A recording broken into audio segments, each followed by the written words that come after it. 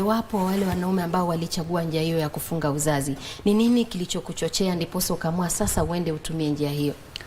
Mimi nilifanyiwa hiyo operation kitambo sana.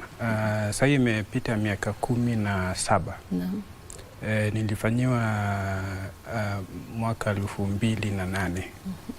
Yeah, so baada ya kupata kijana wangu wa mwisho nikatafuta daktari ya kunifanyia hiyo procedure. Na ilikuwa ngumu sana kupata daktari. Wakati huo nilikuwa Kisumu. Sasa nikatafuta Kisumu, nikakuja huko Nairobi, nikashindwa. Lakini sasa kuna mwingine alikuwa ameenda Ethiopia for some training. Sasa venye alirudi akanifanyia asubuhi na tena nikaenda tu kazi zangu. Na chenye nilifanya nifanye hiyo procedure ni kwamba mimi nilelewa kwa ile familia kubwa. Inaitwa polygamous family. Sasa unapata baba ako na bibi wawili na watoto kadhaa. So hata venye nilikuwa mdogo nilikuwa naona kweli kuchunga watoto kama ni wengi sana, niliona ilikuwa naleta shida kwa mzee. Juu mzee alikuwa tailor hapa Kibra. Mapato ilikuwa kidogo. So inafika wakati wa kulipa school fee kama hapo January. Ni shida kubwa sana. So lazima tuende kuomba pesa kwa ama neighbors, kwa relatives. Saa zingine hata kupata chakula nilikuwa naona inakuwa shida. Hata matibabu ilikuwa. So hata nikiwa mdogo nilikuwa naona hata na hii mapato kidogo, kama dadi alikuwa tu na labda mtoto mmoja ama wawili, angesikia mzuri, angekuwa na maisha mzuri. Kwa hivyo uliamua kwamba unataka uweze kuwa na watoto wachache. Wachache, yeah. Na tukiangazia hili swala la vasectomia, yes, ama kifungazi. Je, unaweza kupeana tofauti kati ya kutasisha ama kusababisha utasa, sterilization, yeah, na ile vasectomy? Yeah. So baada ya kufanyiwa vasectomy, bado tu uko na nguvu ya kiume. Kuna homoni inaitwa testosterone. Hiyo bado iko tu. Bado utanguruma tu kama simba. Hata hiyo sex drive bado iko. Bado unaweza shirikiana na mama. Everything bado iko. Hata bado unaweza release hizo shahawa. Nile tu ile 5% ya shahawa yenye ni mbegu sasa haitakuwa baada ya kufanyiwa vasectomy.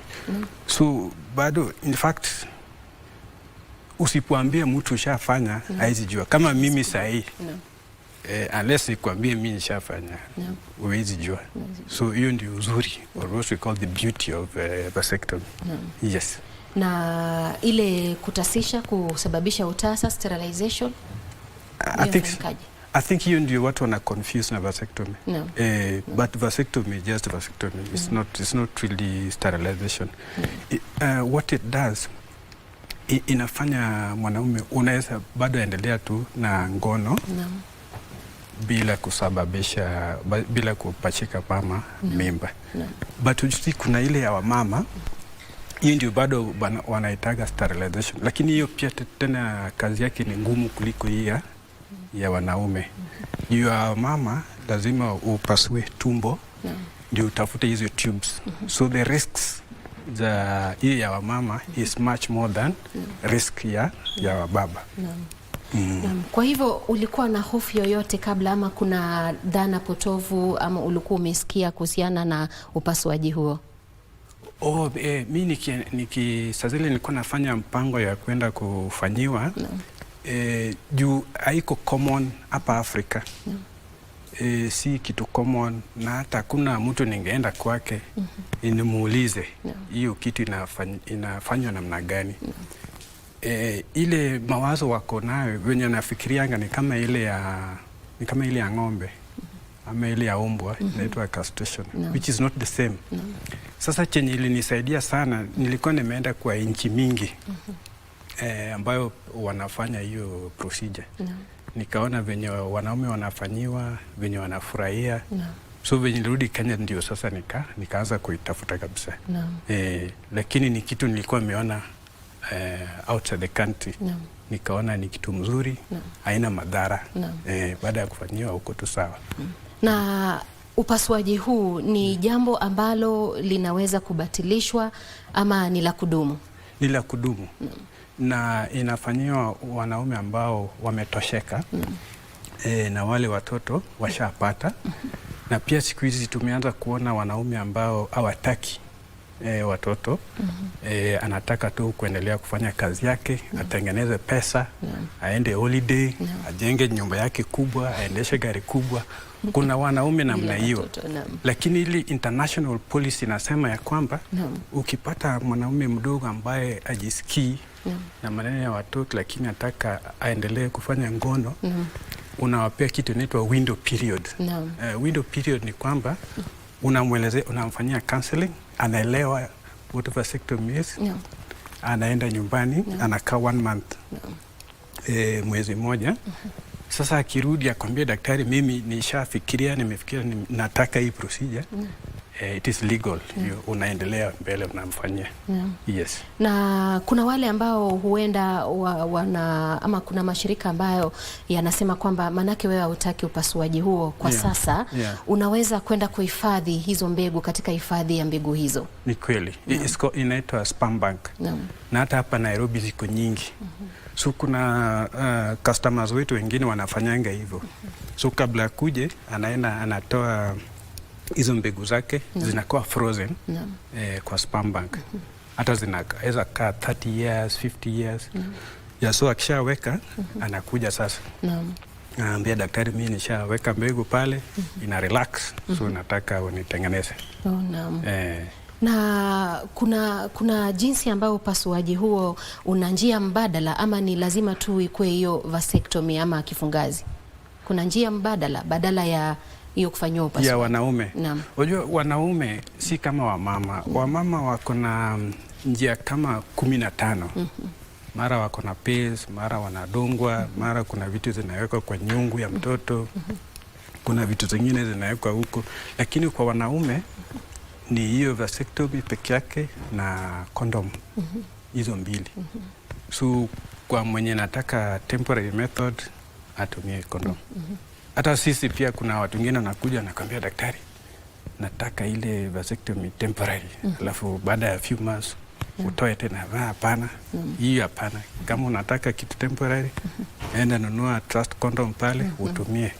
Ukishaamua unataka vasectomy, kuja tukufanyie kitu permanent.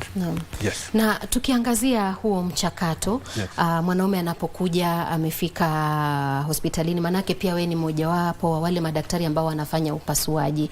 Wakati mwanaume anapofika pale, yuko tayari, mshamfanyia ushauri na yuko tayari kufanyia upasuaji huo. Je, huu mchakato unafanywaje? Ile counseling na mchakato ule upasuaji, the process. Sasa process inaanza na counseling. Na counseling tunafanya kwa online, kwa mtandao. Wanaambia, hata kuna videos wana watch kwanza, wana watch na mabibi zao kwanza. So sasa zile akikuja, kuna 2 meza analala hapo. Anatuonyesha mfuko ya korodani. Hapo. Kumradhi, utasimama hapo kidogo. Ninamwomba mwelekezi wetu atuwekee zile picha ambazo zinaonyesha jinsi ambavyo upasuaji unafanya, ndiposa wale ambao wanatutazama wanaweza kuona. Atuwekee kwenye runinga. Sijui kama yuko tayari. Naam. Daktari, ukiangalia pale kwenye runinga, unaweza tu kuelezea, manake pale tunaona ni kama mirija imekatwa. Tuelezee ni nini kinachofanyika pale. Sasa hiyo ndio tunaita anatomy. Anatomy ni structure, mfumo ama umbo ya mwanaume. Sasa huko chini kuna korodani, lakini our main interest inakuanga hiyo mrija. Unani hiyo mrija inaitwa kwa kimombo vas difference. Sasa hizo mirija ndio zina transport mbegu. Sasa hiyo ndio wanga tunafunga kwa local anesthesia, na hata baada ya kuifunga bado maneno yako itaendelea tu kama kawaida. Bado utakaa tu na mama vizuri, bado shahawa itatoka. Lakini hiyo shahawa 5% ndio tumeblock. Naam.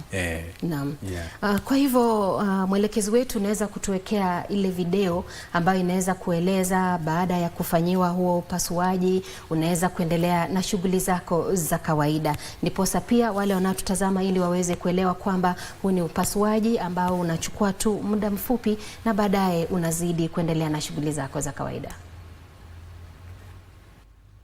Mchakato wa upasuaji wa kufunga uzazi wa kiume huchukua dakika 20 pekee.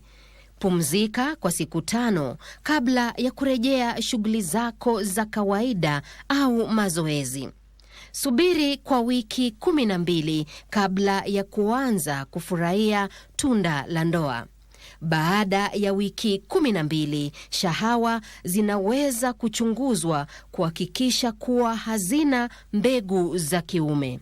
Kumbuka, kufanyiwa vasektomia au kifungazi hakukuepushi na magonjwa ya zinaa.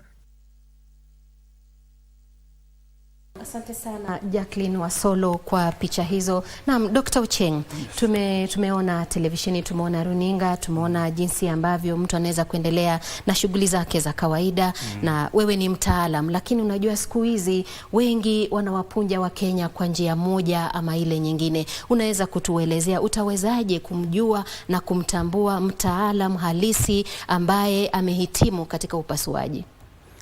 Sasa madaktari okay, kama Amerika wanakubalia hata nurses wauguzi wafanye hiyo operation, lakini lazima afanyiwe training na pewe idhini, license ya kufanya hiyo operation.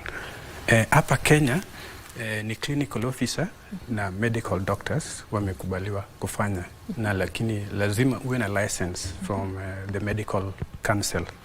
Na apart from that pia unaweza pata ya kwamba wanaume wakishafanyiwa wenye wamefurahia hiyo method, anaenda kutangazia wenzake, anaambia wenzake, mimi nilienda huko kwa Dr. Charles, nimeona hiyo procedure ni mzuri, ni safe, haichukui muda, haina madhara na niko sawa. Na pia ukienda kwa mtandao kwa Google review, kuna wanaume washafanyiwa wamefurahia, wanaweka comment. Kwanza wanakufanyia kitu inaitwa scoring, rating. Wanaweka 5 out of 5, alafu wanasema comment mzuri. Na hiyo ni public, inaonekana dunia mzima. So mtu hata saa zingine unaweza pata mtu ametoka Dubai. Juu hata Dubai hawafanyangi, huko Middle East hawafanyangi sana. Lakini wakaangalia mtandao, wanaona hizo comments, reviews, hizo rating, wanasema okay, bas sasa mimi nataka vasectomy, lazima nikuje Nairobi. So kwa Africa, I think ni Nairobi tu na South Africa ndio iko popular sana. But these other neighboring countries kama Uganda, Tanzania, lazima wakuje Kenya, Nairobi, wafanyiwe. Anaweza book ndege ya tena jioni. Na pia tukiangalia hili swala, kuna wengi ambao wana mitazamo tofauti kuhusiana na huo upasuaji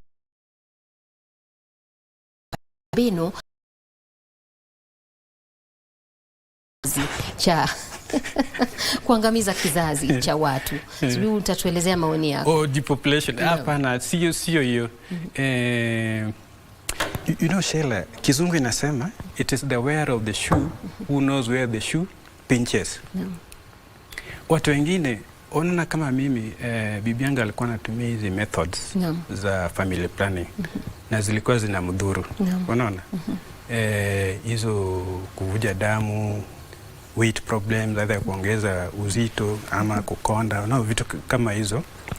So kama wewe uko close na bibi na mnaongeaga, je, kuna watu wengine pia wamekaa tu kwa nyumba na waongea hiki. So if you are close na mama anakuambia hizi story, then utajua kweli ukishapata watoto wawili watatu, lazima wewe pia upate responsibility ufanye kitu kama hiyo. Na si mandatory, hakuna mtu analazimishwa kufanya. Hapana. Ni kitu unafanya kwa hiari yako. Na lazima ufanyiwe counseling, ukubali, basi ndio unafanyiwa.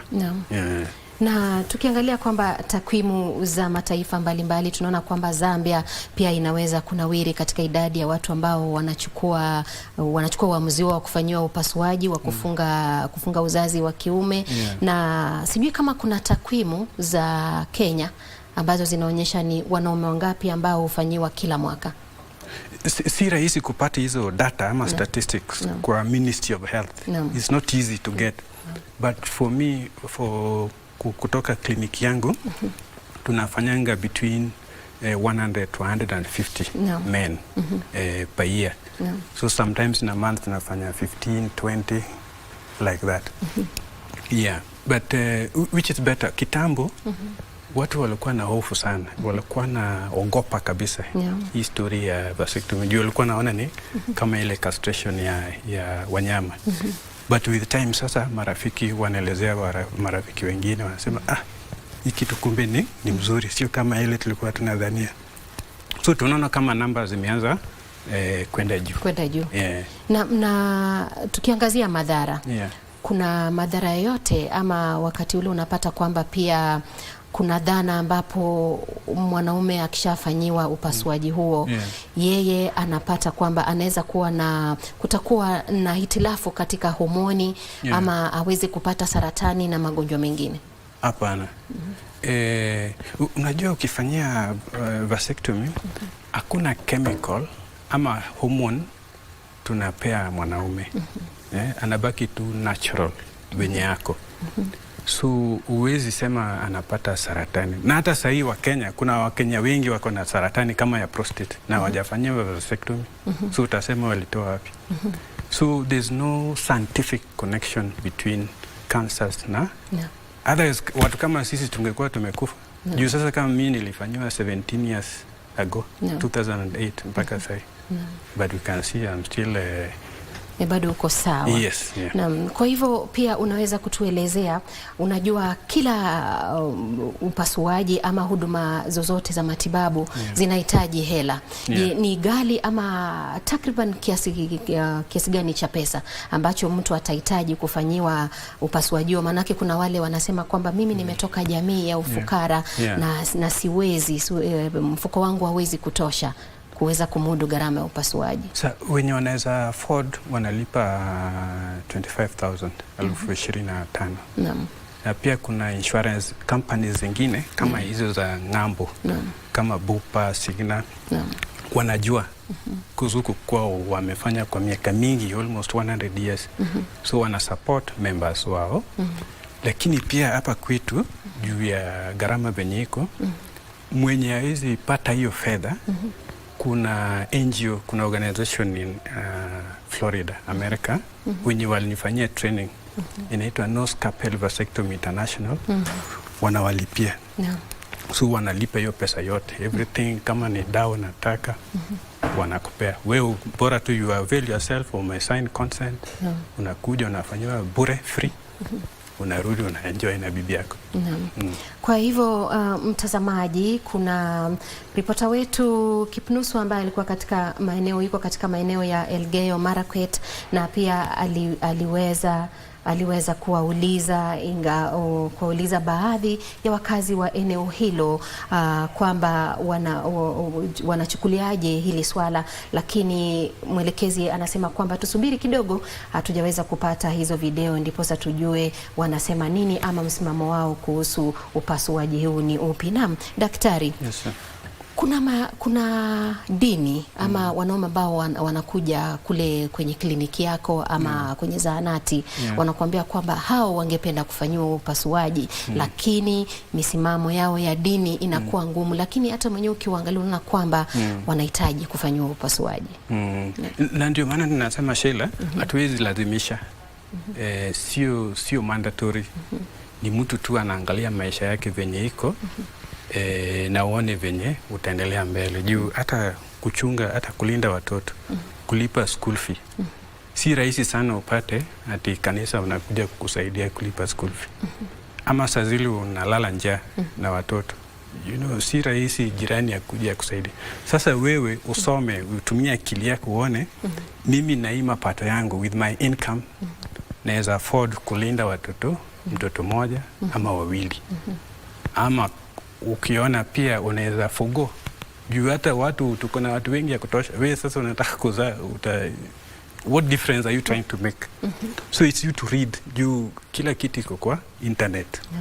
Unaweza soma useme hii inanifaa, nataka nifanye, ama hii hainifai, wacha mama ang'ang'ane kivyake. That's your business. Apambane na hali yake. Na hali yake. That's your business. Na mtazamaji, nilikuwa nimekugusia hapo awali kwamba ripota wetu Timothy Kipnusu yuko katika maeneo ya Elgeyo Marakwet, na pia tuliweza kumuuliza iwapo anaweza kupata maoni ya wakazi wa kule kuhusiana na upasuaji huu wa kufunga uzazi wa kiume ama vasectomy. Hebu tupate. Nakata ambia msifungo sasa, alafu hata kanisa itaki human awataki imekataa katakata. Tuambie watoto wetu wasae kila aina ya watoto. Hii mambo ya wanaume kufunga uzazi mimi sikubali kabisa, sababu kwanza kanisa haikubali. Dini yetu kama Wakatoliki ama wale wa Protestants wote hakuna mwenye anakubali. We need procreation. People to procreate, that is the first. Number two. Sasa kama mtu mzee akifunga kuzaa sasa wataishi tu wawili, hakuna wachuku, na kumaanisha hakuna next generation. Sasa kwa mfano hii mahali petu sasa kumekuwa na landslides. Kama kungekuwa na familia wenye wamefunga uzazi hivyo, labda walikuwa na watoto wawili ama mtoto mmoja na wamefakiliwa na hii changa. Sasa hiyo familia watakuwa na generation ama hiyo clan itakuwa imeisha hivyo. Hakuna kufunga uzazi. Hata kanisa? Yes. Haitaki. Hatusikubali maneno. No yo. Hao ni wakazi wa Elgeyo Marakwet, baadhi yao ambao wamekataa katu kwamba wanaume hawatafanya mpango wa uzazi, hawatafanywa upasuaji. Wengine wanaonelea kwamba mama apambane na hali yake.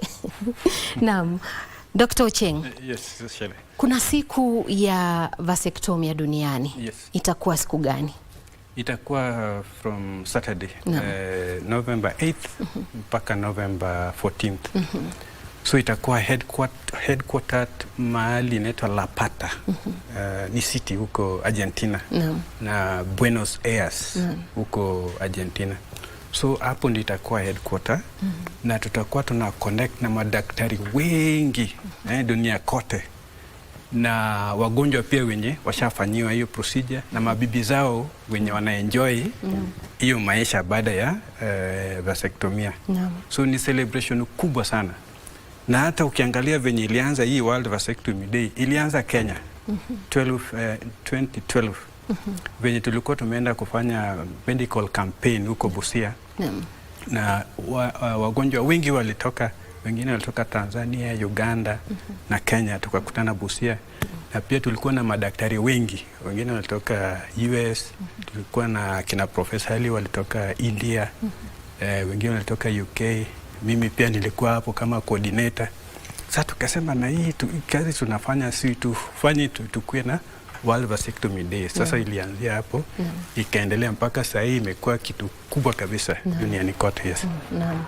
Na kuna jambo ambalo unamsukuma kwamba sijakupa fursa ya kuweza kuongelelea ndiposa Wakenya waweze kujua? Yeah. So nimeona historia ya Elgeyo Marakwet. Sasa hii wako na wakati mgumu kwa sababu ya hiyo kitu imefanyika huko. Tumepiga pole kwa familia ambao wamepoteza wapendo wao. But scientifically speaking, ukiangalia what we call the regret rate, wale ambao washafanya vasectomy alafu baadaye wana regret. Because vasectomy is almost 100 years old. Ilianza kitambo sana. Wenye wanajuta ni kama 5% of the total population ya watu wenye wamefanya. Kila kitu kuna regret, hata chakula. Kuna watu wengine baada ya kukula chakula wanachoka na kufa, si ndio? Hakuna kitu iko 100%. Na tulazimishi mtu. Wewe uone kama unataka kupata watoto 10 because unadhania baada ya kupata watoto 10 hautakufa. Sisi wote lazima at some point huwezi dodge. So wewe uangalie maisha yako venye. Wanasema tutaelekea kwenye baraste ama barabara isiyokuwa na nauli. Lazima. Yeah, so hakuna kulazimisha. Wewe angalia tu maisha. Kama mama anateseka na amejaribu. Hata kuna watu wengine, kuna mama wanakufa saa zile wanazaa kwa hospitali, which is very high in Kenya. The maternal mortality rate in Kenya, wale wa mama wanakufa saa zile wanazaa, is almost 350 per 100,000 live birth, which is one of the highest in the world. Na wanakufa kwa sababu ya kuvuja damu. That's the leading cause, which is 40%. Mama baada ya kuzaa anaanza kuvuja damu. Madaktari wanajaribu, wanamuongeza damu, saa zingine hata hiyo damu hakuna. Mama anaendelea na anakufa. Saa zingine anakufa juu ya pressure. Kuna kitu inaitwa eclampsia. Hata juzi nimepata jamaa alitravel from outside the country. Amekuja. Sasa tukamfanyia kembe, bwana wewe umetoka mbali sana kukuja kufanyiwa hiyo operation. Akambia daktari, bibi yangu amepata 2 pregnancies na zote anapelekwa ICU baada ya kuzaa. Mama karibu anakufa. So hata kama alikuwa Muislamu, aliambia daktari hata kama ni Uislamu ama ni hapana, siwezi huwa mtoto ya wenyewe juu ya religion. Kwa hivyo unaweza fanya bila mwenzako kujua? Kuna watu tunawa encourage waambie mabibi zao, lakini mtu akitia idhini, akisign consent na hataki kumwambia bibi yake, juu kuambiana hiyo si ni historia yao. Sisi hatuingiliani na hiyo. Hiyo ni maneno yao. But it should be a mutual respect and responsibility. Because ni family planning. So unatakana waambie mwenzako, mimi na intend kufanya hii procedure. Lakini pia tumeona wanaume wengine anakuja tu anafanyiwa aambi bibi. Mpaka ile siku bibi ameenda kutafuta mimba nje. Anamwambia baba nani, niko na mimba ingine. Oh, ulitoa wapi? Ati si ni wewe. Ndio sasa Saida anamwambia mimi nifanyiwa vasectomy na Dr. Charles kitambo. Yeah, my documents. So useme ule wa mambo unaweza kubainika. So useme utoe wapi? Kama tuliwaamini. Naam, daktari, sitaki kukuwa nabii wa mabaya, lakini wakati mwingine ndoa huwa na misukosuko. Unapata labda ulikuwa na watoto, alafu mama akagura virago akaenda, na kwamba labda umehisi kwamba unataka tena kuingia kwenye ndoa na yule labda anataka mtoto, ama kwa bahati mbaya Mungu atusaidie na atuwie radhi majanga kama yasitukute. Unapata labda ulikuwa na familia yako na watoto labda wote wameangamia, na sasa umebaki peke yako, umesalia mpweke na unataka kuoa na yule mwingine anataka mtoto na tayari ushafanywa upasuaji. Sheila, ukitoka hapa nje kwa hii studio uone tu street children wanatembea hapo kwa barabara, wengi wanaomba watu chakula. Ni wengi. You can adopt hata your relatives. Kuna relatives wengi wako na watoto chungu mzima, hawezi chunga. You can take care of them. Kuna so many orphanages. So kids is not an issue. We have so many. So that shouldn't be an issue. But like what I said, ile percentage ya watu ambao wanga wanajuta ni kidogo. Incidents like that they can happen. Hizo ma divorce nini, hizo zinaweza fanyika. But what we know statistically, there are few. Na tukiangalia neno la uhamasisho ama swala la uhamasisho, kuna daktari mmoja ambaye nimeona kule ugaibuni ambaye niliweza kupata ile habari kwamba yeye anatembea na tuseme zahanati tamba ama mobile clinic, akiweza kufanyia watu upasuaji na pia kuhamasisha. Sijui kama hapa Kenya unaona kwamba hili ni jambo ambalo litakuja kutukia hivi karibuni, ama kuna mpango wote ambao mko nao ama kampeni ya kuweza kuhamasisha wanaume kuhusiana ama familia kuhusiana na vasectomy? Hizo mobile clinics. So sahi in terms of awareness chenye tunafanya ni kwa mtandao, social media, na pia traditional media kama KBC. Unaona venye KBC imefanya sahi ni mzuri sana. Kwa sababu hii topic ya vasectomy ni sensitive sana. Si rahisi hata upate journalist mwenye ako brave kama Sheila, mwenye anaweza invite Dr. Chieng aongelee juu ya hii kitu mchana peupe. Si rahisi. So ndio maana tunashukuru KBC kwa sababu these are national broadcaster. na ni wajukumu wa KBC kufanya. So tumeshukuru kabisa. Asante. Naam, Dr. Cheng, naona mwelekezi anapiga mluzi akiniambia wakati umeisha. Tumeshukuru sana kwa kuja nasi. Tunajua kwamba tutaendelea kuzungumzia haya mambo.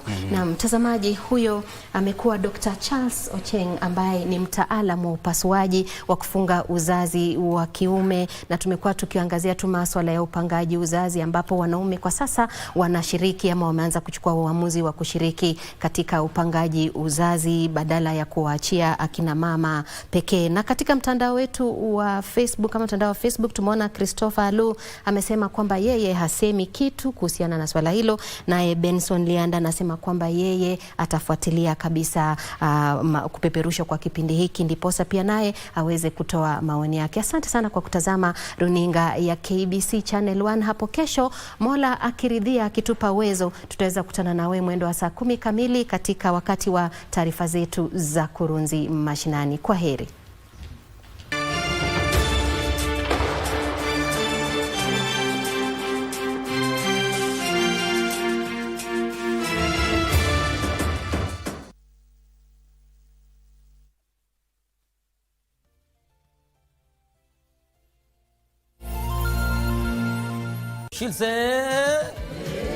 Shilse ugaidi ni tisho kubwa kwetu, na nikisoma vyema nitajishi vizuri.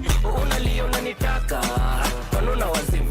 Kitanda cha kata kimekatika katikati ya kata. Je, ni kweli kwamba akili mnemba hupoteza ajira za watu wengi? Tukiruhusu mashine haya kuja kati yetu, wakulima wale wadogo wadogo walioandikwa kazi watapoteza kazi.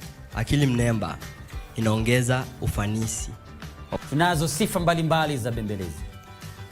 Zitaji. Nyimbo za bembelezi huimbwa kwa unyenyekevu. One moment of violence and one stray bullet changed everything. Mdogo wake akaniambia, unajua mama, mtoto wetu ameumia. Akaniambia ameumia uso. Uso wake alishutua kwa tumbo na yani akashutua hapa ikatokea na huku. And in the midst of this heartbreak comes a first of its kind facial reconstruction surgery. This is actually a 3D printed model and we put everything back together. We anticipate that this is what we'll have tomorrow, and this should be able to sit and fit well. Join us this Sunday as we take you into the theater to witness the first of its kind cranial facial surgery at the Kenyatta National Hospital.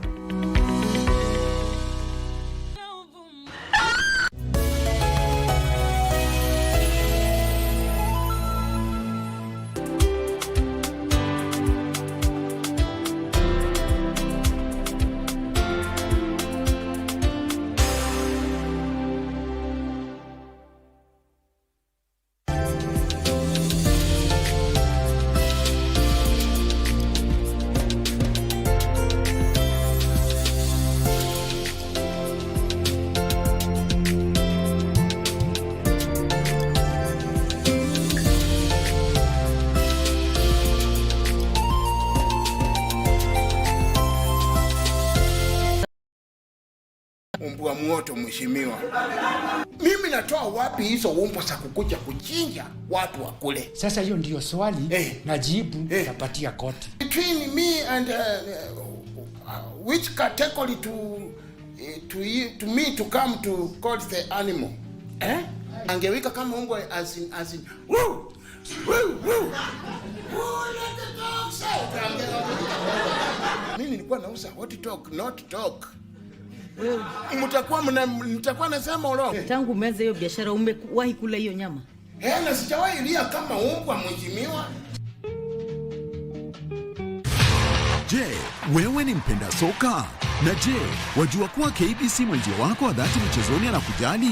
Ndio maana KBC Channel 1 hukuletea taarifa na uchambuzi wa soka. Kafu ndio wamechukua usukani humu nchini, barani Afrika na ugaibuni, ikiwemo EPL, Serie A, Bundesliga na ligi zingine. Mashabiki pia hutuzwa kwa kujibu maswali kuhusiana na soka. Swali letu la leo. Haya yote ni kwenye kipindi cha Dunda Dunda kwenye KBC Channel 1 kila Ijumaa kuanzia saa 5 asubuhi hadi saa 6:30 mchana. na wahimiza Wakenya waendelee watch Dunda Dunda Show. KBC, wenzio wa dhati michezoni.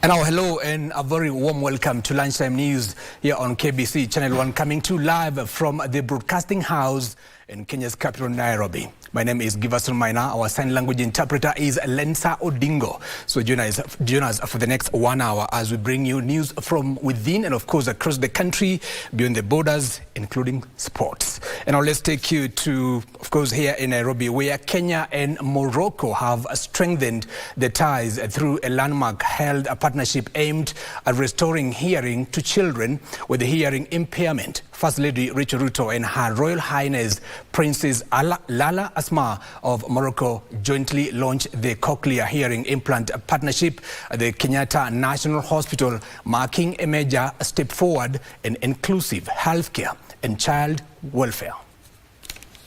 First Lady Rachel Ruto and Her Royal Highness Princess Lala Asma of Morocco presided over the launch of Kenya's first cochlear implant surgeries in the country. They visited with some of the beneficiaries of the initiative at the Kenyatta National Hospital. Each cochlear implant is valued at approximately 4 million shillings, benefiting children aged between 1 and 10. First Lady Rachel Ruto noted that the surgeries are in line with the government's universal healthcare coverage under the Social Health Authority.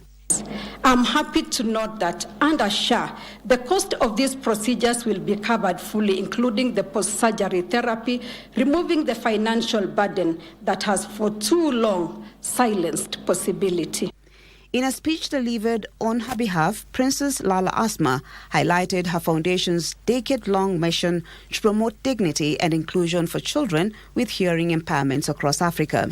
From Dakar to Abidjan, from Rabat to Ramallah, and now in Nairobi, the message of the Lala Asma Foundation has spread like a gentle breeze of kindness and love, where more than 320 children have discovered the magic of the audible world. The two also witnessed the signing of a memorandum of understanding between the Voice of Children initiative under the Office of the First Lady and the Princess Lala Asma Foundation. Health Cabinet Secretary Aden Duale hailed the program as a milestone in the delivery of hearing care services nationwide. These intricate surgeries that have been performed today is provided for in our Social Health Authority benefit package at Kenya shillings 358,400 shillings. For parents, this partnership represents renewed hope and an opportunity for their children to live full and inclusive lives. Many children with hearing disability miss out on school, and that limits their ability to reach their full potential in life. Restoring their sense of hearing is not just about sound, it's about giving them a chance to learn and communicate. Hajawahi tamka jina mama aniite mama. Kwa hivyo natumaini siku ile ataweza kusikia, ambapo sasa safari ishaanza. Ataweza kusikia na kuniita mama, na pia ataenda shuleni kama watoto wengine. I'm so grateful because her life has changed. She will be like a normal child, no more stigma in her life. Thank you so much. Kenyatta National Hospital makes history, not just as the first public hospital in Kenya, but in East Western Central Africa to successfully conduct cochlear implants. This breakthrough is a milestone in a region where the cost of this procedure is too expensive, costing between 2 to 3 million shillings. Marie Ambo reporting for KBC Channel 1. Oh, thank you, Marie, for that story. And I would take you live to Marakwet, Elgeyo Marakwet County, where our very own Timothy Kipnusu is on standby. And now, Timothy Kipnusu, if you can hear me, what is the latest from that particular county in terms of those who have been, of course, rescued, who are still missing, and maybe those who are still hospitalized?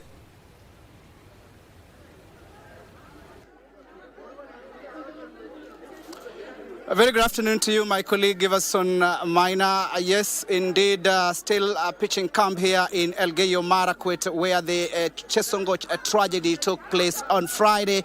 And as it stands, the death toll still stands at 36. 16 bodies are still missing, and the search is ongoing. The Kenya Red Cross, the National Youth Service, as well as the Kenya Defence Forces are continuing with the rescue mission. And as you can see behind me, a number of victims are here just to be aided with food, the relief food from the Kenya Red Cross. Of course, they are partnering with a number of organizations, as well as, of course, I'm talking about World Vision and the county government of Elgeyo Marakwet, of course, government. And just to paint a picture of the situation here, day 6 after the tragedy took place, I'm joined by Oscar Okumu, who is the head of Red Cross North Rift region, just to tell us about this particular incident. Thank you so much for joining us. You're live at KBC Channel 1. Perhaps you can update us on the situation here 6 days after the tragedy took place.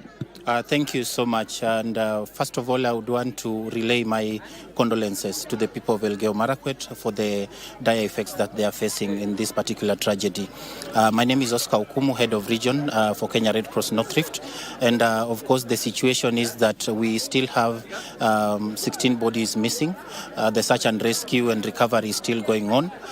We have lost, unfortunately, 36 lives to this particular event, which is very unfortunate.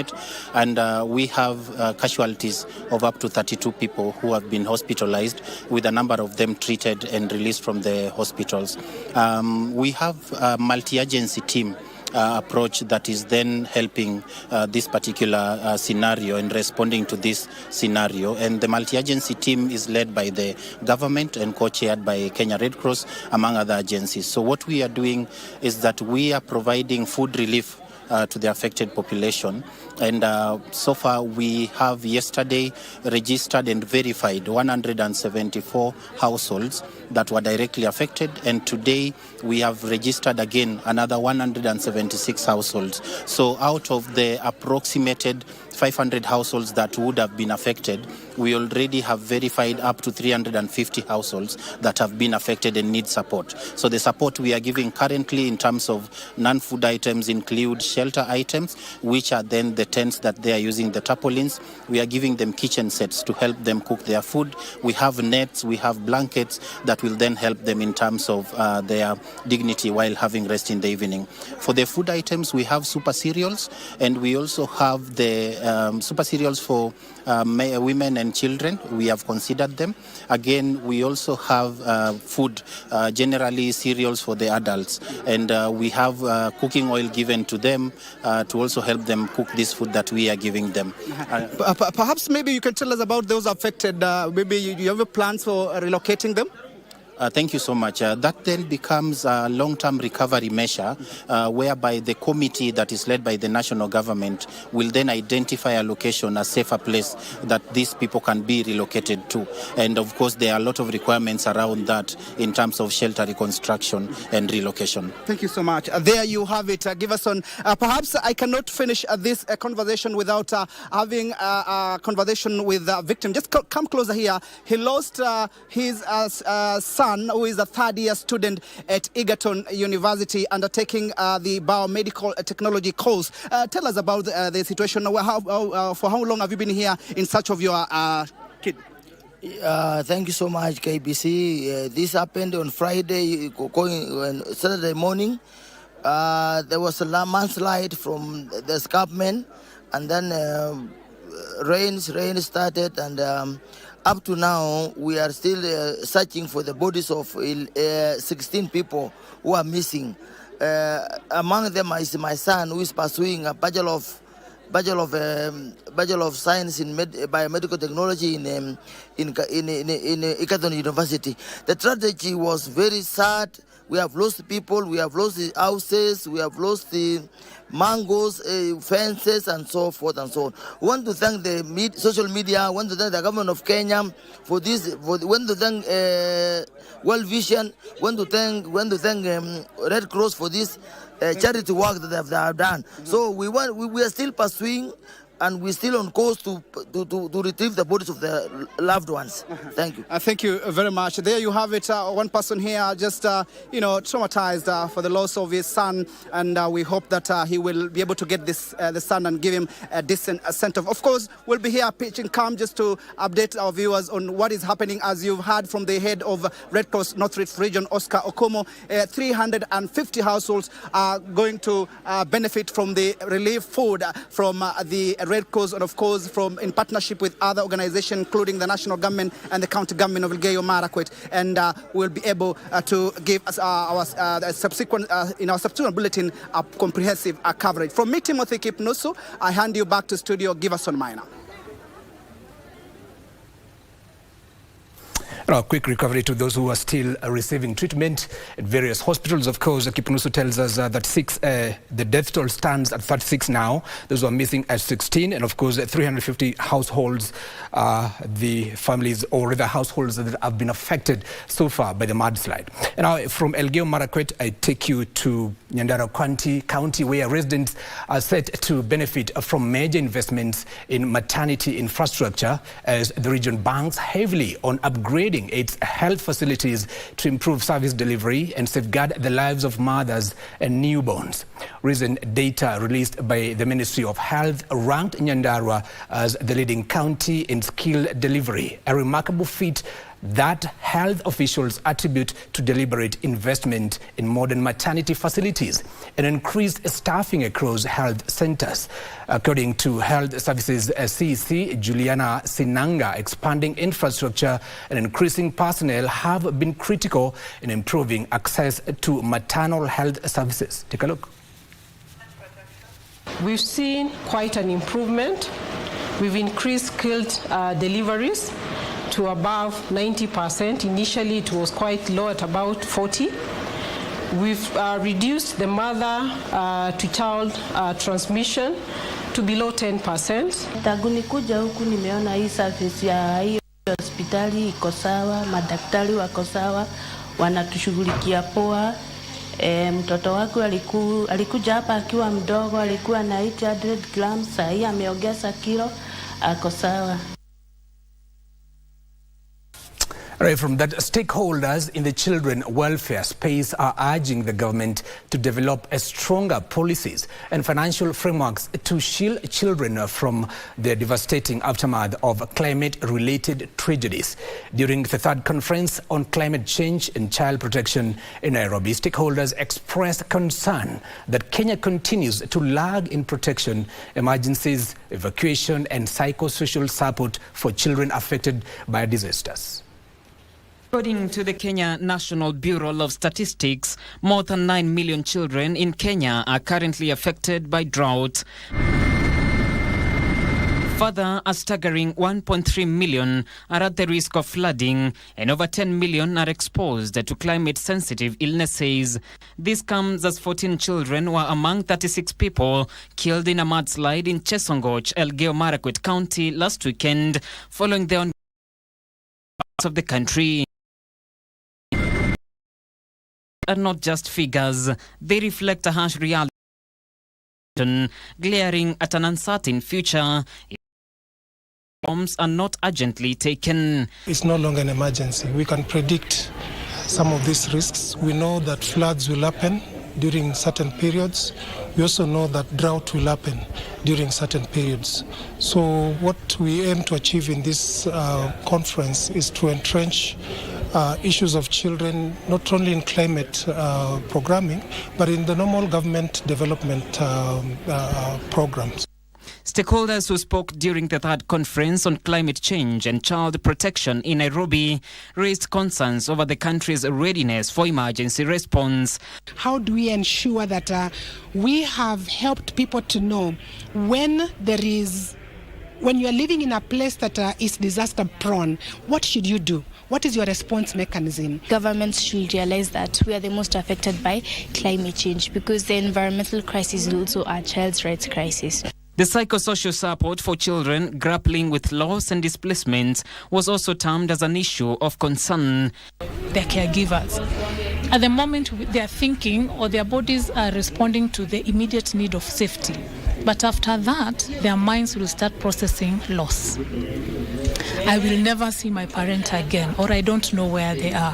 What does that mean for me? What is normal anymore for me? So it should be longer term, beyond just the immediate responding to the need. I'm not sure we are ready yet, so a lot more needs to be done. The government, however, reaffirmed its commitment to protection into all climate and disaster response plans. The purpose of this conference is to deepen our collective understanding of the intersection between child protection and climate change, and to develop practical strategies that ensure the well-being, safety, and resilience of all children across Africa in the face of climate-related challenges. Deliberations in the conference focus on shaping a safer, more sustainable and inclusive future for children. Watoto mjipange. For Lunchtime News. No, thank you, John Cairo, for that report. I take you to Kiambu County, where 3 Form 4 candidates are sitting their Kenya Certificate of Secondary Education KCSE exams and hospital beds at Kiambu Level 5 Hospital after being admitted for childbirth and minor surgery. 2 girls delivered healthy babies, while a male student from Kirangari Boys underwent appendix surgery. Deputy Nurse Manager Isabel Wanjiko says all are in stable condition and sitting exams under supervision.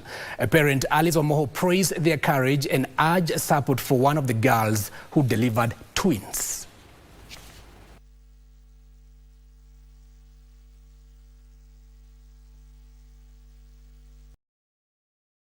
Students who are doing their KCSE exams. One went to labor ward, delivered twins. The mother and the babies are good. She's schooling at St. Jude in Machakos County. The other one school at the Degwa High School in Kiambu County. The other one also is doing good, continuing with the exam. And the mother and the baby are good, and they are receiving treatment well in the hospital, and their condition is good. The other one is a gentleman in male surgical ward, doing the exam, schooling at Kiragari Boys High School in Wagige. The boy is doing well, continuing with the exam, and is in good condition. Nashukuru wa wasichana sana, na naomba wa mama wa Kiambu tutashikana, tuone vile tusaidie hiyo msichana amalize hiyo exam yake, aendelee na masomo yake. Juu kuzaa sio kusema ati hiyo ndio mwisho wa maisha yake. So tunashukuru Mungu, tunasema ni asanti na tunasema ni baraka. Now we remain in Kiambu County for a moment, where residents of Mangu Ward in Gatundu North are decrying what they term as a political mischief following the partial demolition of a newly constructed early childhood development education center. St. Francis ECD, which is among over 300 similar centers constructed by Governor Kimani Wamatangi, had some of its doors vandalized, windows broken, and a classroom wall demolished. In a night incident, residents are calling on investigative authorities to move with speed and bring the culprits to book.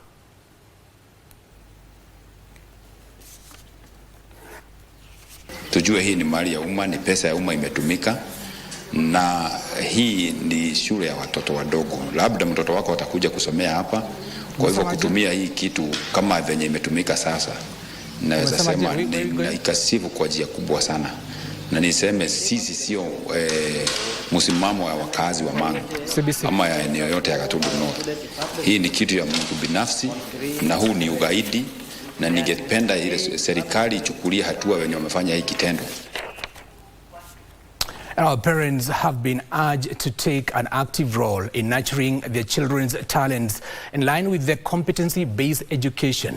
Speaking during the graduation ceremony of learners at Genesis School in Nyamache, Sub-County, Kisii County Area Director of Early Childhood Development Education, ACDE, Alpha Mokai, emphasized that parents are key partners in the successful implementation of the new education system.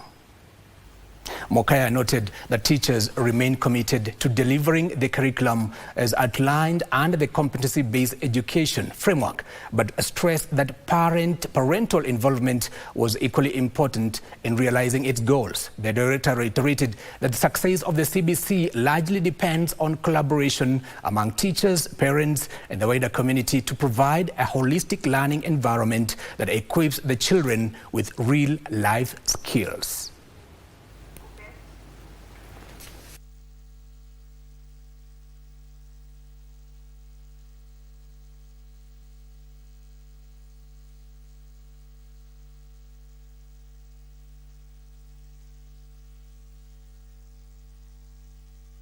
Ukiona mtoto ya kwamba anaongea mambo mingi, usifikirie ya kwamba ameanza kuongea kama chiriku. This is a talent that we supposed to nurture. We've nurtured it in school. We've told the teachers on how to nurture it. Also nurture this talent at home. The whole day is long. Jua watoto wetu wanakuwa wapi. Tusikue na vitu mingi vya kufanya kutafuta pesa, biashara na tukaacha watoto pale nyumbani. Then secondly, over this whole day, control the limit of internet to your children. Musiwape ruhusa yote ya kuangalia mambo ya internet. Just what you need to do, this is a long holiday, you make sure that you have at least given them a break on what they watch and see on internet. And most learners are showing up their talents, skills and knowledge. So I want to impress all the teachers to embrace CBC and encourage learners to do things independently. I want to encourage parents to motivate their learners. Right now we've closed school and most kids are going to be at home. We have a program where the school is going to run for the next 3 weeks. It's called the Holiday Enrichment Program. Now, still on matters education, the Kenya Union of Post-Primary Education Teachers, KUPPET, Embu County branch has petitioned the government to convert the contracts of all junior secondary school as intern teachers into permanent and pensionable terms before the start of the next academic year. Branch Executive Secretary Jacob Karura said the more than 20,000 intern teachers contracted by the Teachers Service Commission had demonstrated professionalism and commitment while handling grades 7, 8 and 9.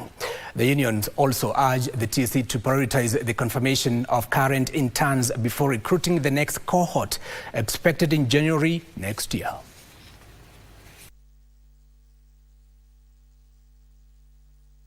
Our fear is they may not be confirmed at the right time. We are demanding that they be confirmed so that when we open on first term 2026, they will be made permanent and pensionable. Ukiangalia walimu hawa ambao wako katika kandarasi hii wanapata mshahara duni ambao hauwezi kukidhi mahitaji yao na wanapoenda shuleni hawana motisha. Kwa hivyo tungeomba serikali itangaze msimamo wao na iwahakikishie kuwa ifikapo Januari watawaajiri katika kandarasi ya kudumu. Power. JSS power. Now from Embu we take you all the way to Mandera County, where the enrollment of learners has more than doubled after the county government of Mandera introduced a free education in all public schools. The enrollment has increased by 70% since the introduction of Elimu kwa Wote initiative 3 years ago. Here is the Mandera County Executive Committee member of Education, Bashir Ibrahim.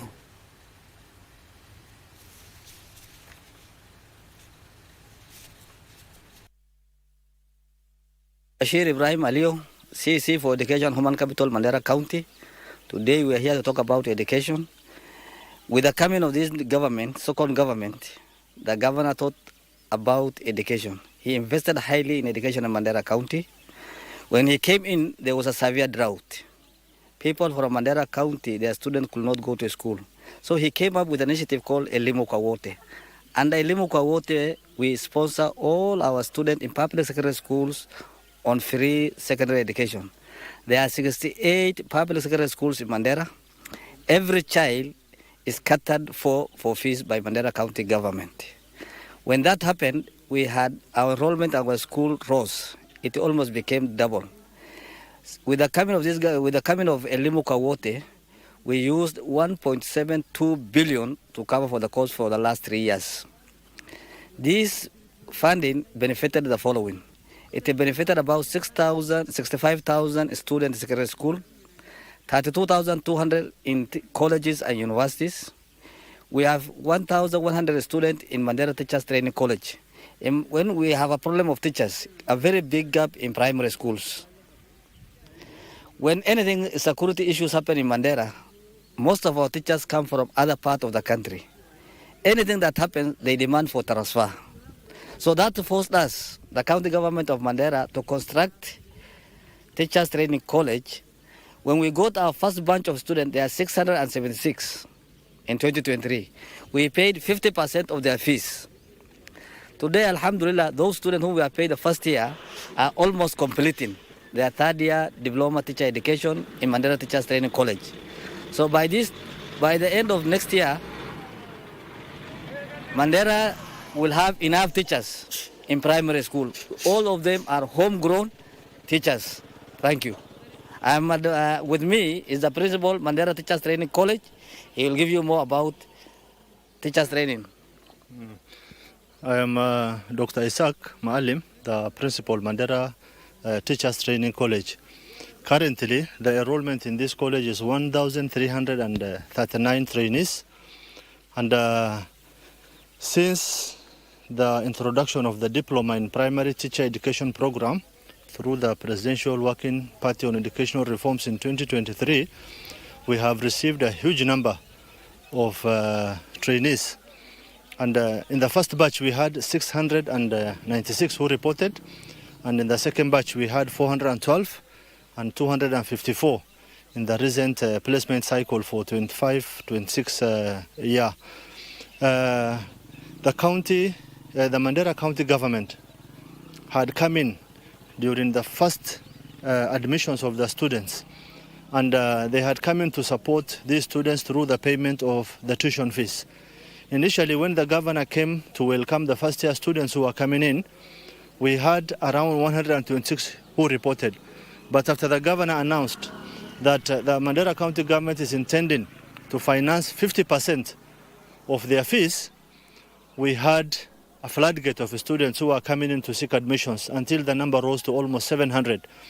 And therefore, those 700 students are the ones now who are exiting by the end of next year.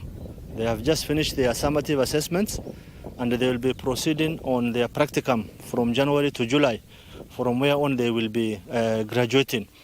Therefore, this has been a very big step in improving the quality of education in this county. That story from Mandera County takes us to a short commercial break. Don't go too far. Still so much more coming our way.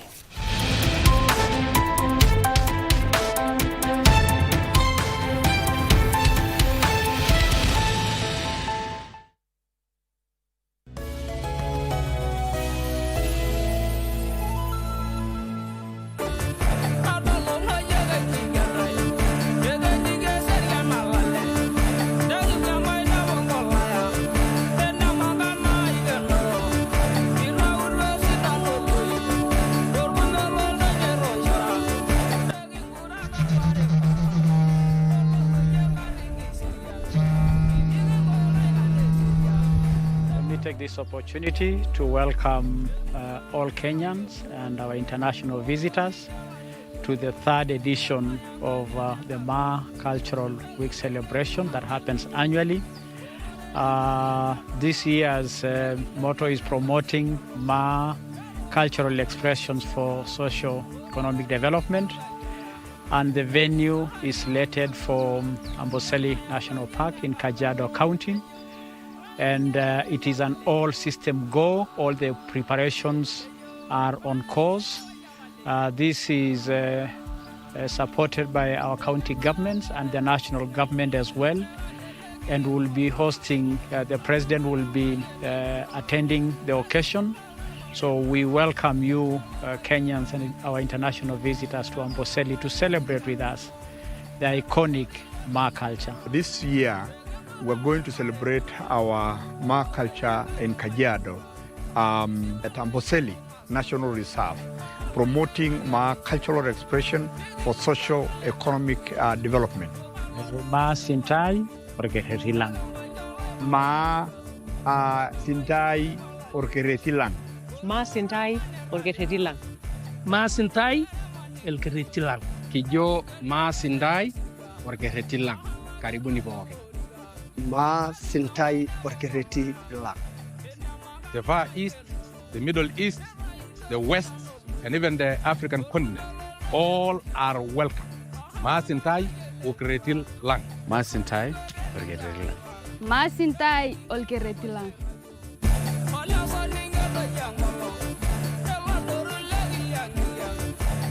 For over 70 years, the Kenya Institute of Management has been at the forefront of developing competent and ethical managers, shaping leaders who drive progress across industries, communities, and the nation. Join us as we honor the class of 2025 at the 22nd Kim graduation ceremony on Friday, the 7th of November 2025 at the Management University of Africa main campus, Kisaju. The Kenya Institute of Management, promoting excellence and integrity in management practices.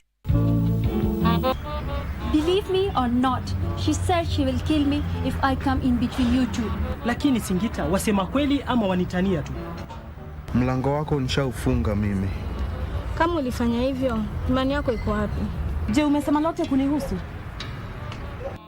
Sasa hivi, itoe mkono yako jabali. Na akifa na kuua pia. Hufai kumtongoza msichana mwajiri wa mwenzako? Lakini hii ni ndoa.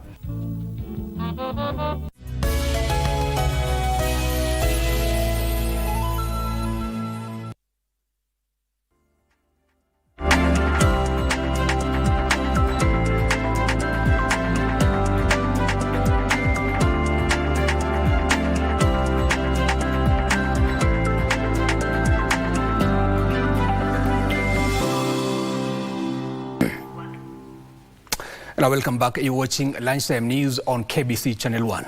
And our co-working space giant Tulivu has taken over the management of Hilton Building after years of vacancy. Tulivu says it has repurposed the building into a modern workspace targeting entrepreneurs, small businesses and corporate teams seeking flexible office arrangements. Tulivu Center Manager Blessed Mudhoni says the new facility includes private offices, co-working desks, meeting rooms, content studio and a conference hall. According to real estate management firm Knight Frank, Nairobi's co-working market is growing rapidly, with more than 60 spaces now operating in areas around Central Business District, Mombasa, Upper Hill, Westlands and Karen. Hilton Building, located at the intersection of Moi Avenue and City Hall Way, is a landmark building that has been vacant since 2022 after the operator Hilton vacated the building after more than 40 years of occupancy. Our vision is to collaborate seamlessly, network with different people around our surrounding, and as well create more like a creative economy in our country, right? If you're a startup, if you're a freelancer, we have a solution to whatever you're looking for. Mostly we have people in CBD, you want to make your meetings, but you don't have anywhere to maybe hold your meeting. We also have boardrooms, which have different types of specification. If you have a big team, you have a team catered for, because we have a lounge for your team and everything. And after more than 3 years of non-occupancy, co-working space giant Tulivu has taken over the building. The company says the launch of space introduces a modern hospitality-led workspace designed to meet the needs of entrepreneurs, SMEs, and corporates seeking flexibility, accessibility, and comfort under one roof.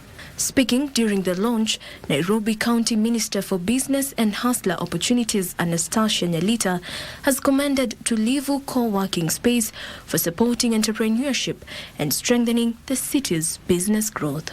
Through his leadership, we have witnessed policies, programs that support the growth of SMEs, encourage digital transformation, and invest in the creative sector, from art and design to film, music, and digital innovation. As we officially launch Tulivu Co-working Space, let us celebrate this as a victory for innovation, for enterprise, and for Nairobi's unstoppable spirit. This project demonstrates what's possible when vision meets strategy, when we choose renewal over redundancy and purpose over vacancy. So at GIMCO, we remain committed to driving urban resilience through intelligent reuse, sustainability, and innovation. And our Family Bank has secured 1.2 billion Kenyan shillings facility from the Blue Orchard Microfinance Fund to boost its lending to the micro, small and medium-sized enterprises.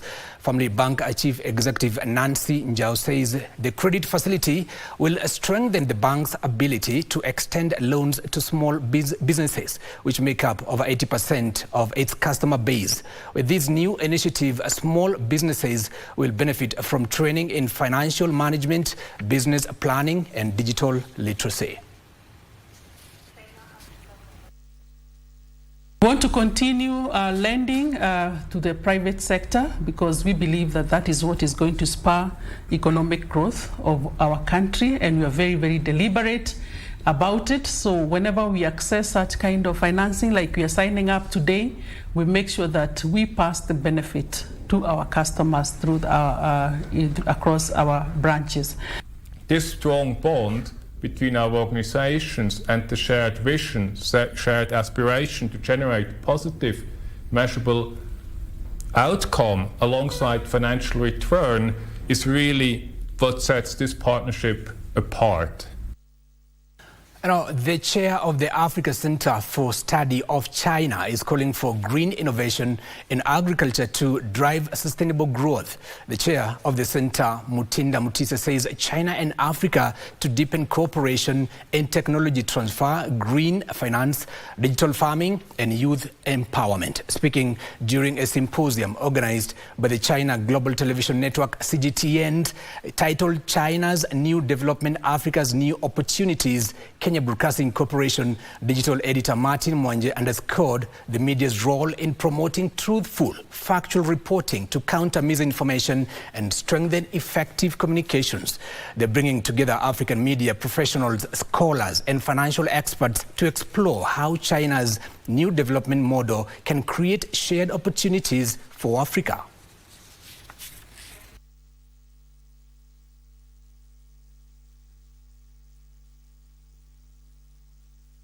The China-Africa relationship embodies not only a new logic of development, but it is one that has mutual respect, equality, and has a shared progress. The Kenya Plant Health Inspectorate Service has opened a state-of-the-art regional laboratory in Nyeri County to enhance plant health and address food security.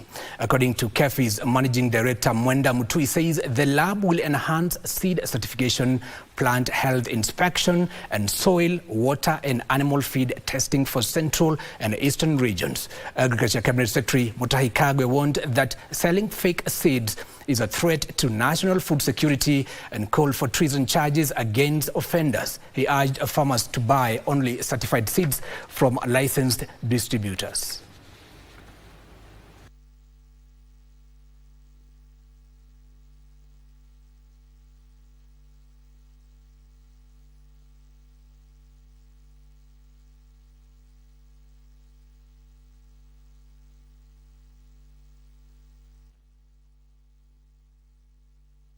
It is very important for us to increase productivity. But as you know, we are not going to increase the area. We can only increase productivity where we test the soils properly, where the seeds that we are using are the proper seeds. We can be able to use drones for testing soils, for analysis of crop diseases. I urge all the farmers to buy certified seeds which have the label of KEFIS and be able to scratch the scratch card. They will get a code and send it to the number which is put there, and they will be able to know whether the seed is fake or genuine. And our plans are underway to incorporate more local engineers in major infrastructure cooperation agreement to expand key transport corridors. Roads Principal Secretary Joseph Mbogo says this will help address unemployment concerns within the sector. This comes in the wake of renewed calls for the full enforcement of the 40% local content policy in infrastructure projects, emphasizing that Kenyan professionals must take a leading role in delivering the country's transformative development agenda.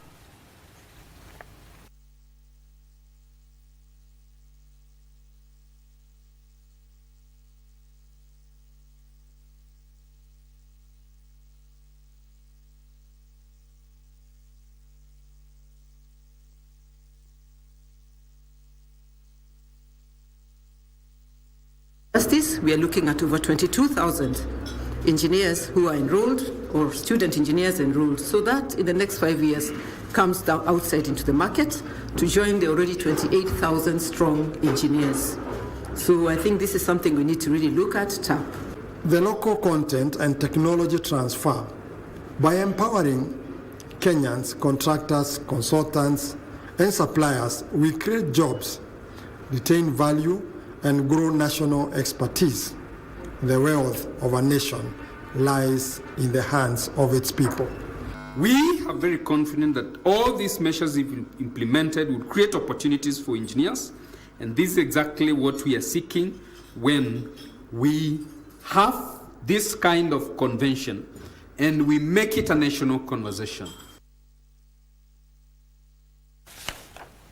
Now, Axian Telecom, a pan-African telecommunications service provider, is promising digital communication consumers in Kenya quality experience and an expanded range following its 99.63% acquisition of the Wananchi Group that operates, among other brands, the Zuku Internet. Axian's Chief Executive Officer Hassan Jeba says the acquisition will build on the strong broadband network established by the Wananchi Group in East Africa to provide improved connectivity services to its new consumer base, owing to the increasing demand for internet connectivity in Kenya and, of course, across the continent. And what was missing in this puzzle be present as well in the most advanced digital economy in Africa, which is Kenya. And this is the reason why we were so interested in entertaining the idea of acquiring Wananchi Group, because we will be able to hit two birds with one stone, entering and accelerating the fixed business that we believe is essential for the African in the African continent in order to accelerate the digital connectivity, not only of our users via mobile, but also of the homes and the businesses. We have 47 counties. Maybe you're only on 6. So what we are trying to do is get that capex that will enable us build more homes. So within East Africa, we have like 700 homes between Tanzania, Uganda, and Kenya. So we are looking at how to grow that. So for the customers, it will only be better experience, better quality of service, and better reach. It's time for sports. The Federal Aviation, or still in business, the Federal Aviation Authority will impose a 10% reduction in scheduled flights at 40 major U.S. airports starting Friday, as the agency works to ease mounting pressure on air traffic control facilities affected by the ongoing government shutdown. Transportation Secretary Sean Duffy called the move a proactive step to preserve safety as controller fatigue and staffing shortages intensify. The capacity reduction, Bend Ford added, will apply across 40 high traffic markets, with the airlines asked to scale back schedules evenly. Restrictions will cover IFR operations, Bedford said, including passenger, cargo and business aviation flights. In certain markets experiencing staffing triggers, the FAA will also limit VFR activity, including general aviation traffic. Space launches will also be restricted. Duffy added that the FAA will roll back restrictions once staffing and fatigue metrics improve. Meanwhile, Volvo Cars is targeting a long-time operating profit of over 8% in a strategy overhaul, deepening its cooperation with majority owner Geely to cut costs and enable a strong positive cash flow. The Swedish automaker last year scrapped its target of going all-electric by 2030, saying it will continue to offer some hybrid models in its lineup amid a slowdown in demand for fully electric vehicles. With most of its US-bound cars made in Europe, Volvo has been heavily impacted by President Donald Trump's import tariffs. But the company recently took steps to move production of some hybrids to the United States in coming years. Volvo Cars in early 2025 brought back former CEO Hakan Samuelsson, a close confidant of Geely owner Lars Shifu, for a 2-year term to revive a record low share price, quickly launching cost savings and cutting 3,000 white-collar jobs.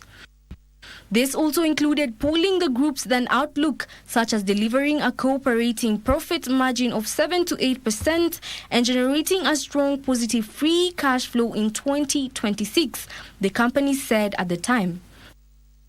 Finally, China's Ministry of Finance, on behalf of the central government, issued $4 billion in sovereign bonds in the Hong Kong Special Administrative Region, drawing record high demand from global investors.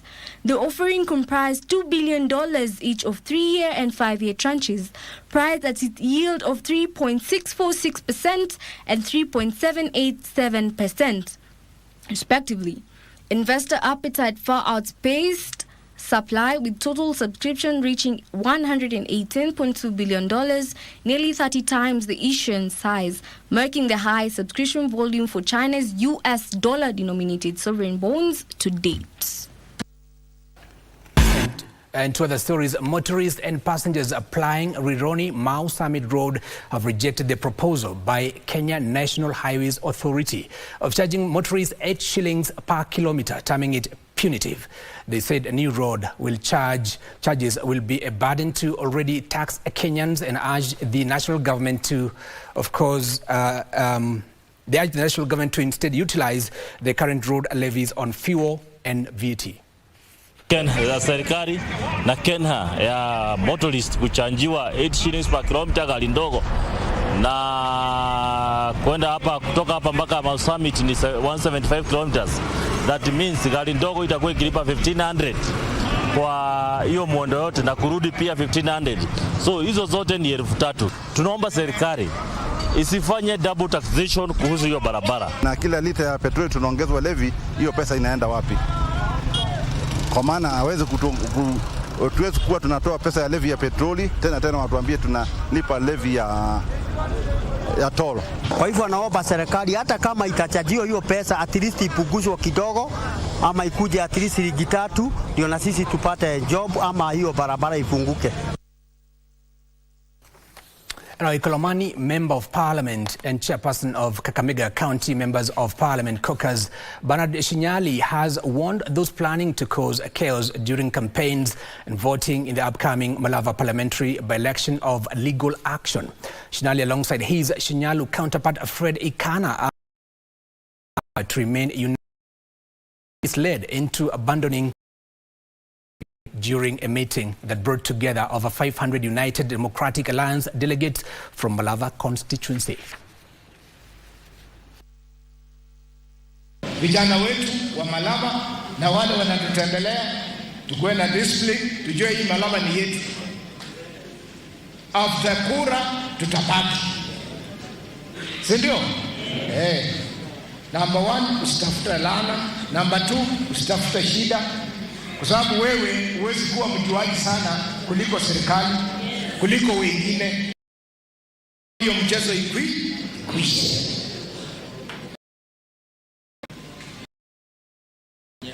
Kama mchezo ikwisha, one piece.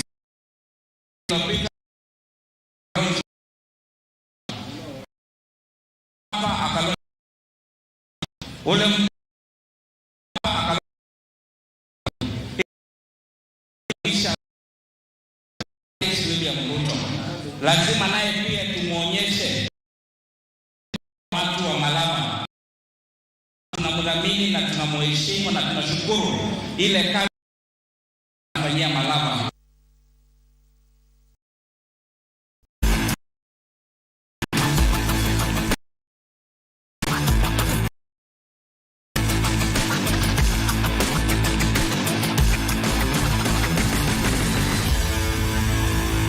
Now let's get sporty. Kenya Rugby Lionesses France-based Grace Okulu is expected in the country this weekend ahead of the Rugby Africa Women's scheduled at the RFUA grounds Nairobi on the 15th and 16th of this month. Grace Okulu, who relocated to France around August to play for Racing 92 Club, will be a big boost for the Lionesses, who are targeting another shot at the prestigious Continental Trophy, which they won in 2018 in Botswana. The Lionesses will also rely heavily on another international player, Janet Okello, who is scouting for another club after playing in Japan for 4 years. Grace also played in the 2013 Africa Sevens hosted in Machakos and has really rubbed on her experience to the upcoming players, according to coach Simon Odongo, as they look forward to wearing the Kenyan jersey in the upcoming tournament. The final team will be named by Monday next week, with visiting teams expected in Kenya on Tuesday. So I feel that we're not where we would have loved to be by the time we are better off. Teams change their strategy, plans and their style of play according to in a lot of new players and young players. I'm not really quite sure if they're going to use a couple of them or just a handful. With that in mind, it means probably there are a few things that might change in terms of maybe strength, in terms of speed and everything. Now, the 2025-2026 Kenya Volleyball Federation served off today at the Kasarani Indoor Arena, marking the start of a new and exciting season. AP Kenya began their campaign on a winning note after edging out debutants Eldoret Water in a thrilling 5-set encounter. The law enforcers dominated the early stages, taking charge of the first set 25-21 and maintaining the same scoreline in the second set. But Eldoret Water, playing their first ever top-tier match, fought back gallantly, claiming the third set at 6-34 in a tense finish before winning the fourth 25-20 to level matters and force a decisive fifth set. AP Kenya, however, showed their experience in the tie-breaker, sealing the victory 15-11 to start their season on a high note.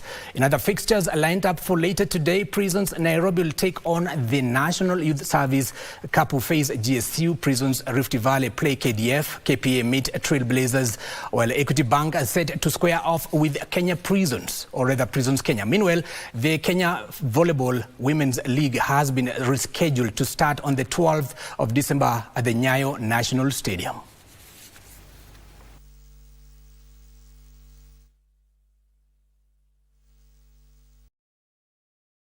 Were Brage in the UEFA Champions League last night, but managed to claw their way back and snatch a 3-3 draw in a tight game at the Jane Bredel Stadium in Germany. Nicolo Tresoldi recorded a comfortable 4-1 win against Borussia Dortmund thanks to Phil Foden, who scored twice, as Erling Haaland also scored against his former club at the Etihad. In other matches, Victor Osimhen of Scotland ran to beat Kairat 2-1, while Atlanta secured a stoppage time 1-0 win against Marseille. And finally, Newcastle United beat Atletico Club 2-0 at St James Park. The earliness of the shot. Better here, Hato, he's done that. It's Duran equalising now, he's hit the post. Now that football action brings us to the end of Lunchtime News here on KBC Channel 1. My name is Giverson Maina.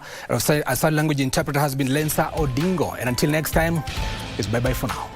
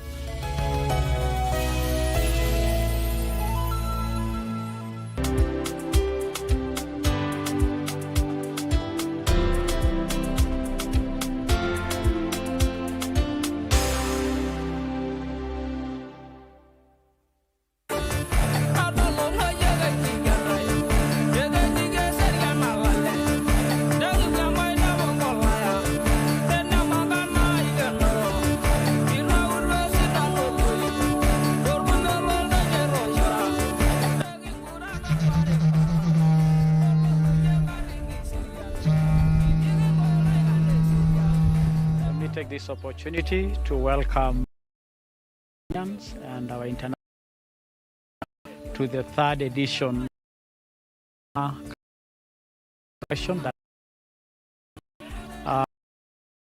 as motto is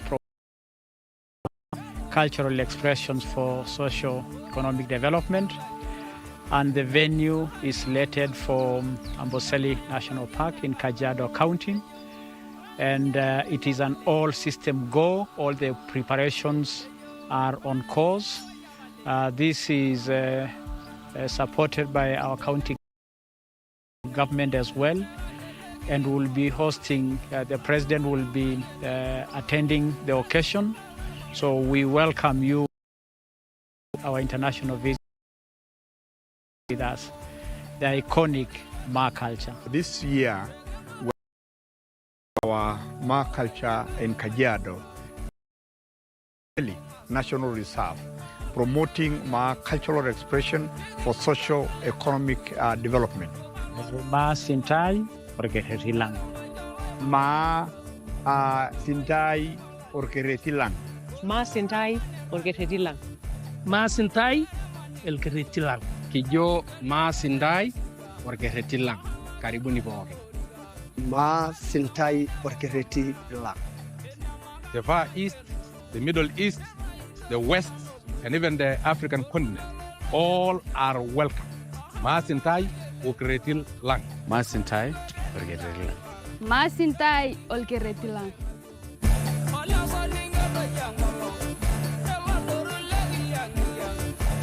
Wiki hii kwenye Mkulima tunaangazia kilimo cha French beans, kisha upanzi wa vitunguu na mboga.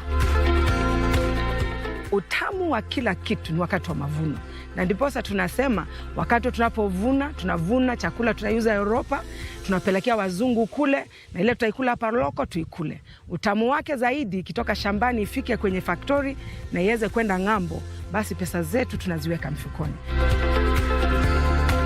Tazama Mkulima kila Jumamosi saa 10:30 hapa KBC Channel 1 kwa mseto kamili wa kilimo.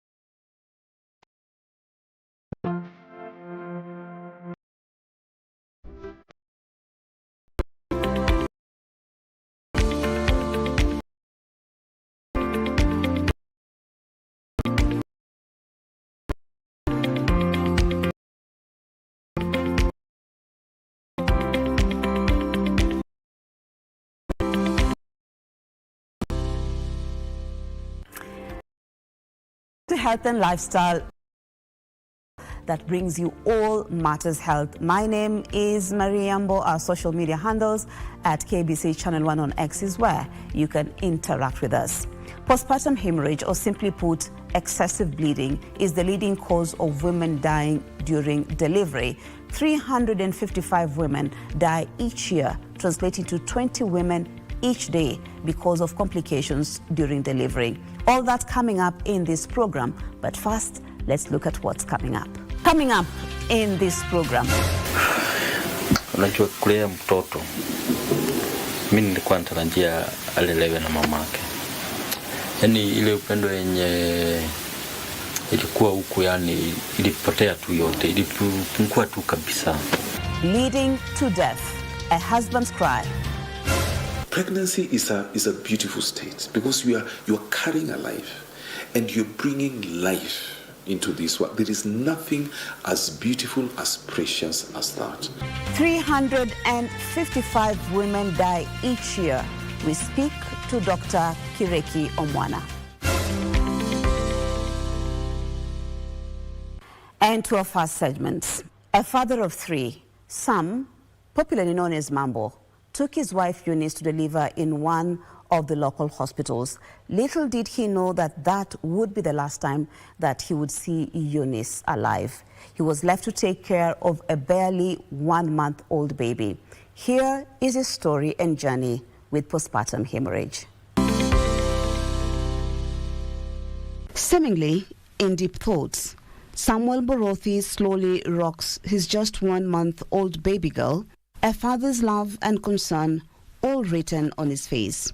Now, when Samuel Borothi took his expectant wife to a hospital in Kayole, Nairobi County, he thought he was doing the right thing, making sure Eunice, his wife, would be in safe hands. During the pregnancy, Eunice had been bleeding, and Sam made sure to explain that to the doctors, hoping she would receive all the attention. Alipigwa scan, wakasema ina bleed sana. Unaona? Wakasema tutakupea dawa, iende yeke uterus, ikuwe na nguvu ya kusikia huyo mtoto. Na hizo dawa nilinunua. Na from there akapewa bed rest akiwa na 3 months. As Eunice went into labor, Sam waited anxiously. Hours passed, updates were few, but then a phone call came. The hospital said everything was fine. Eunice had delivered a bouncing baby girl. On my way up to B Center, ndio niliangalia simu nikapata iko na 3 missed calls. Nikaona ni namba mgeni nikapiga.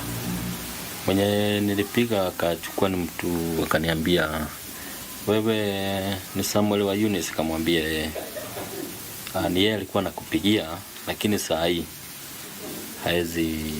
huwezi ongea naye ndio anapata mtoto. Kamwambia ni sawa, niko hapa B Center, anapitia hapa saa hii. Within like 20 to 30 minutes alikuja kanita. Kwanza nimfanye kuja na hapa ndani. Yeye kwenda na hapo, kuna daktari nimpata hapo hivyo akitengeneza Eunice. But just 30 minutes later, Sam's world turned upside down. Eunice had started bleeding excessively.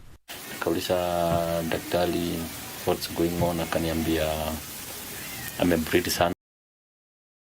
Maana ameita ambulance 20 minutes ago na haijakuja. Na hapo mahali alikuwa amelala vile alikuwa amewekewa hii kitu towel mzito tu kama hii. Yote ilikuwa red. Alikuwa amemwaga damu mingi kabisa. The doctors were frantic to save her life, but the hospital didn't have an ambulance ready to take her to a better facility, and time was running out. Ndio waliniambia ndio na daktari mwingine amekuja. Akaulizwa na huyo, imeacha ambulance wapi? Akasema imeenda kufuel. Sasa ni mimi nilikaa huko almost 20 to 30 minutes ndio ambulance ilikuja. Tukachukua wife tukamweka kwa ambulance. Tukaenda Mama Lucy. Sasa hiyo alikuwa ananiongeleza hadi aliniuliza mtoto wako wapi? Kumwambia mtoto wako hapa. Vile aliyekuwa tu ambulance hivi nilimuita kaitika tu mara moja. Sasa hiyo niko mbele na mtoto akachukua daktari tukaenda. Tukafika Mama Lucy wakatupokea. An hour after arriving at the referral hospital, the news came. Eunice didn't make it. Waliniita na wenye tulikuwa na wao. Ndio wakatuambia Eunice ameenda. Wakati ile nilifanya postmortem, sasa hao daktari waliniambia alikuwa amemwaga damu yote. Mwili yake hata ilikuwa imeanza kuturn white, juu haikuwa na damu. Eunice died from what's known as postpartum hemorrhage, PPH, or simply excessive bleeding, a condition that, with quick action, can be treated. But for Eunice, help came too late. Hiyo bleeding wageiona ikiwa inatokelezea wakati nimeanza kutoka. Si mulifaro saa hiyo. Ama juu wako na CS, wangemfanya ndio waone mahali kuna bleed wa mshone. Hata kama ni hiyo nyungu ilikuwa juu ni suffix hiyo wageishona. Ndio stukie damu imetoka more than 2 liters. Ndio sasa usidi utaanzia wapi? Juu najua haikutoka tu once hivi kama kitu imefunguliwa. Angekuwa hapo karibu a notice hivyo, na I think Eunice angekuwa uhai. Juu angemshona ama wamdeliver on time. Now, Sam has been left to raise the 1-month-old baby Joy alone. Unajua kulea mtoto Mimi nilikuwa natarajia alelewe na mamake. Yaani ile upendo yenye ilikuwa huku, yani ilipotea tu yote, ilipungua tu kabisa. Unaona kila yes tuko huku tunapeana nguvu, lakini kuna kitu hakuna. Wale watoto wakikuja walikuwa wanakuja wanatarajia wanapata mamake. Mimi nikikuja saa nani ananipokea? Unaona maisha imebadilika kuanzia kila kitu. Kama ni huyu mtoto sasa unaona akona my mom. Without his wife, without breastfeeding, he's learned how to prepare baby formula. Anakuja anachanganyishwa na maji, anapewa after 3 hours. After kama amelala na hajaamuka 3 hours anaamshwa. Lakini saa hivi venye amekunywa hivi akilala, after 20 minutes aamuke bado atapewa tu. Daktari ni wao waliniambia nitumie hii maziwa juu iko na uzito karibu kufikia ya mama. Na hakuna kitu kingine tunaweza mpea. He's grateful for his mother's support, he says. He couldn't do it without her. Sasa kumanage hapo ndio shida iko, ndio maana niliita mama juu akona hiyo uzoefu. Sasa mwingine mwenye unaweza achia watoto wako kuwa na amani ni nani? Isipokuwa bibi yako ama mama yako. Unaona? Mimi wewe njoo venye anaweza kufanyia watu.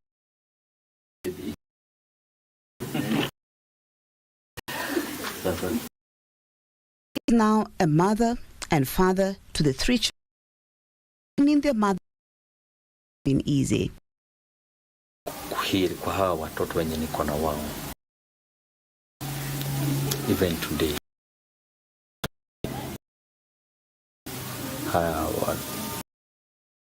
Hivi wanaweza nikumbusha niulize umekuja na mama juu, walijua mama walienda hosi kupata mtoto alikuja na mama wako hosi. Mnaona? Hata wakati wa kuona hiyo mazishi ama nini wao wanajua mama hawezi kufa hosi atakuja. For Tabitha, Sam's mother, Eunice's death has been just as painful. On this particular day, she says, her grandchildren had one simple request. Leo kwanza asubuhi watoto makienda shule wananiambia ati niombe na makikuwa shule maombe, makikuja makuje makuta mama yake hapa. Manawasha mimi nikilia. Unaona? Halafu na makaniuliza tutapee mtoto maziwa kwa nini? Na mama yako ako na nini na matiti yake. Kamwambia Mungu kamwambia atakuja. Unaona?